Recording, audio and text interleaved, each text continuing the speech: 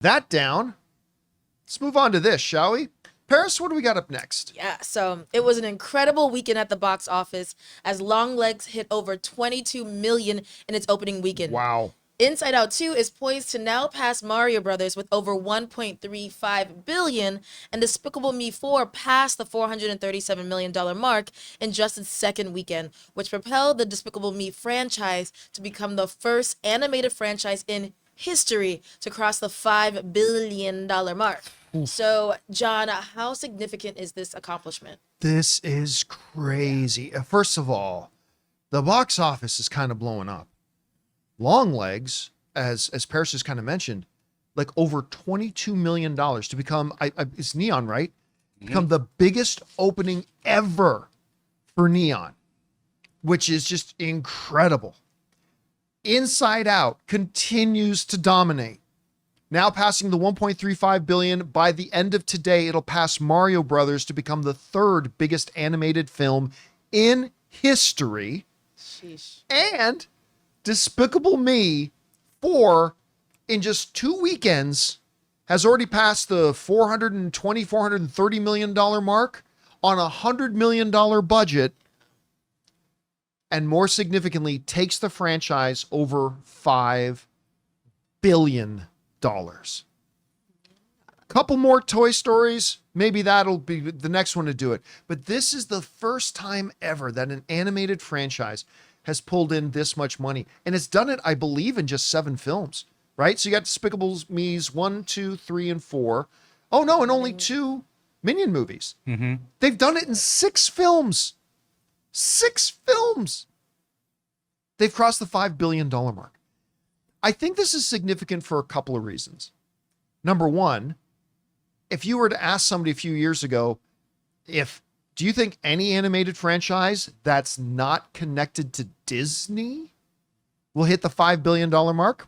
No, if anybody's going to do it, it's going to be a Disney thing, right? Whether Disney Animation or Pixar or something, it's going to be one of those. Now, granted, not a lot of animated franchises that aren't called Land Before Time. Or what was the other one? Ice Age? Mm-hmm. Oh, Ice Ages 1 through 23. This is a non-Disney entity animation. I would have principle. thought it would have gone to the Toy Story franchise. Yeah, well, hitting that. and now, granted, they've had 6. Toy Story's had 4. They're about to have their 5th one. Yeah. I'll have to do the count on Toy Story. Yeah, now I'll bet you this. Well, no, I still bet the per film average right now. I bet Despicable Me tops Toy Story right now. We'll see what happens after the next Toy Story film that comes out, I believe, in 2026. So that's when we're getting Toy Story 5. So number one, it's super impressive that it's done it at all. Any film franchise hitting 5 billion. First ever animated one to do it. It's a non-Disney entity. But here's the other thing, and I know I've been bringing this up a lot lately, but it's relevant. It's happening in the midst of this time when everybody was proclaiming that the box office was dead. And I know we had this same conversation when Inside Out came out. I know we had the same conversation when, Quiet Place came out. I know we had this same conversation when this and that and the other thing, and now with Despicable Me. But it is turning, the box office has been on absolute fire lately. On absolute fire. And now with Longlegs, like I haven't looked it up, but Ray, maybe you can check this out for me. What did the Nicolas Cage film Pig make on its opening weekend? And then what did the Nicolas Cage film Dream Scenario make opening weekend? Pig made opening weekend 970,000. 970,000. Then what was the other one? Dream Scenario. Dream Scenario. And Dream Scenario, which is a movie I didn't like, but everybody else did. That one made opening weekend 220,000. 220,000. And now, how much did the big one, the Nicolas Cage film, The Unbearable Weight of Massive Talent, which I did get a kick out of that film. I thought that was pretty good. Okay, let's see. Yeah. So what did that one ended up pulling That one in? made 7 million. 7 million. So I mentioned this on Open Mic this weekend. When Longlegs was coming out, I thought the trailers looked great. And I thought, but it's going to be another one of those Nicolas Cage things. A movie that looks great, like Pig, or Dream Scenario, or Unbearable Weight, but no one's going to go see it. No one's going to go see it. And then all of a sudden they were projecting like 20 million. I'm like, what? And sure enough, 22 million. Incredible. So you got Longlegs doing that. Despicable Me 4 crossing the Black Adam mark in 10 days.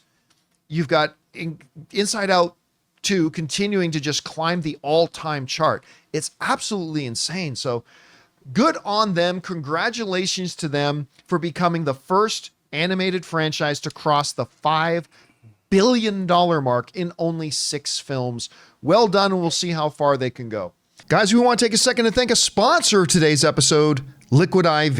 You know, the Summer Olympics are here. I cannot wait for basketball, track and field. Hell, they've even got breakdancing in France this year. And with the Summer Olympics in full swing, hydration is key for athletes and fans. Liquid IV is extraordinary hydration for physical endurance, mental clarity, and overall well-being. A single stick of Liquid IV delivers better hydration than water alone, with 3 times the electrolytes of the leading sports drink, plus 8 vitamins and nutrients. One of the things I love about Liquid IV is how easy it is for me to prepare. All I have to do is tear, pour, and enjoy. In the heat of the summer, whether you're out golfing, out walking, or just sitting on the back patio, you need to stay hydrated, and that's where Liquid IV comes in clutch. Liquid IV is the #1 powdered hydration brand in America, and it comes in 4 delicious sugar-free flavors: white peach, green grape, raspberry melon, and lemon lime. So turn your ordinary water into extraordinary hydration with Liquid IV. Get 20% off your first order of Liquid IV when you go to liquidiv.com